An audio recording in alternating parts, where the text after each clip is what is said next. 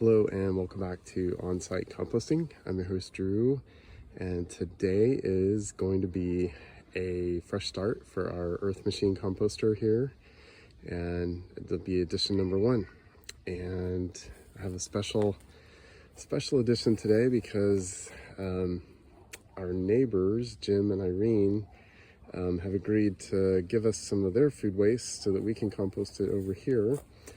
And so this Earth Machine has been harvested, and we've taken out all of the food waste. It was in here for probably about 4 months. Here's the inside. This is where we're starting. There's probably maybe about an inch of cover on the bottom here. It's kind of hard to see, but there's a wire mesh here. I think it's a 1/4 inch wire mesh that's on the bottom, and it's been pegged into the ground with these big landscape pegs. I don't know if you can see that. And that helps keep the rodents out, because they will go in through the bottom.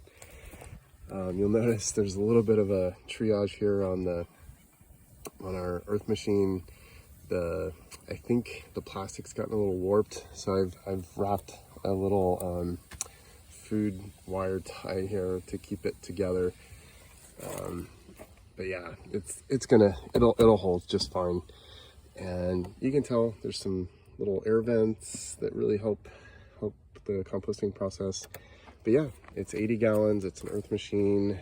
I got it for free from Santa Cruz County Department of maybe Public Works. I can't remember, but I attended a workshop and they give you these free Earth Machines, and I think they retail around $200 on Amazon.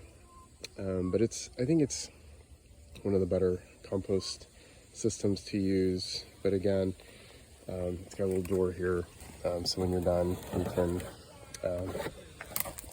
harvest from the bottom. And anyway, there's a lot of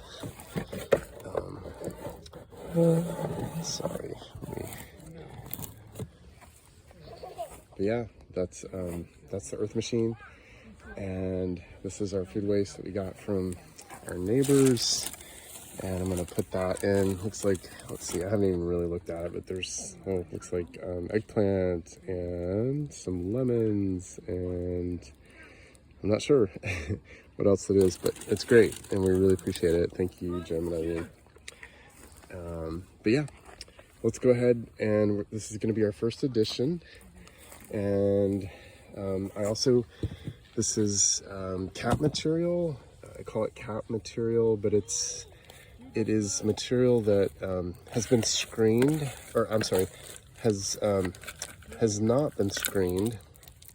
It's the stuff that doesn't go through a 1/4 inch sieve, and we ended up running some water over it to create compost tea. Sorry, we got some neighbors that are little kids running around.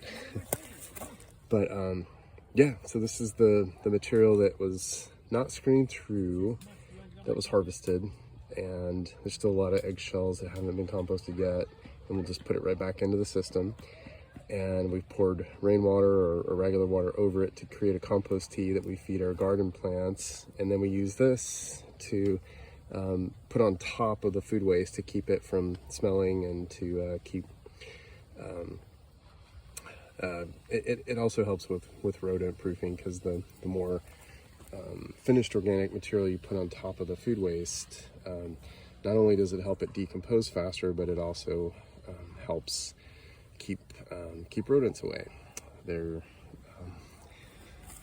less inclined to get in there. So anyway, there is a lock on the lid. This is a fairly well-contained system, and I've been doing this for about this particular compost system probably about 6 or 7 years now, and I really like it. I'm gonna do this with one hand.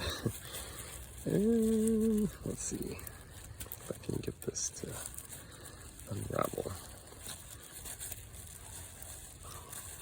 But yeah, if you're interested, I would check out your local county public works or county recycling and see if they offer a service where you can get a free bin like that. Sorry, I should have probably done that earlier. But all we do is we dump the food waste in. I'm trying to do this with one hand. You dump the food waste in, just like that. And because it's a first edition, you don't really have to do a whole lot. But I have a little handy dandy bamboo stick, and I like to spread it. The more surface area that you can give to the food waste to contact with soil or with the finished compost material is good. So yeah, that's about what you want as a finished spread there. And let's go ahead and put a few cupfuls here of our cap material, and we'll do just half.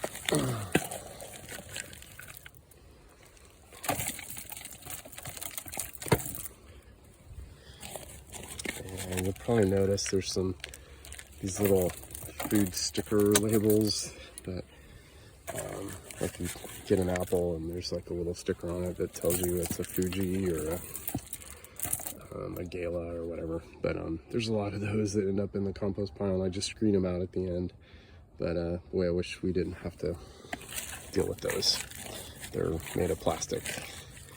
And yeah, let's do one more.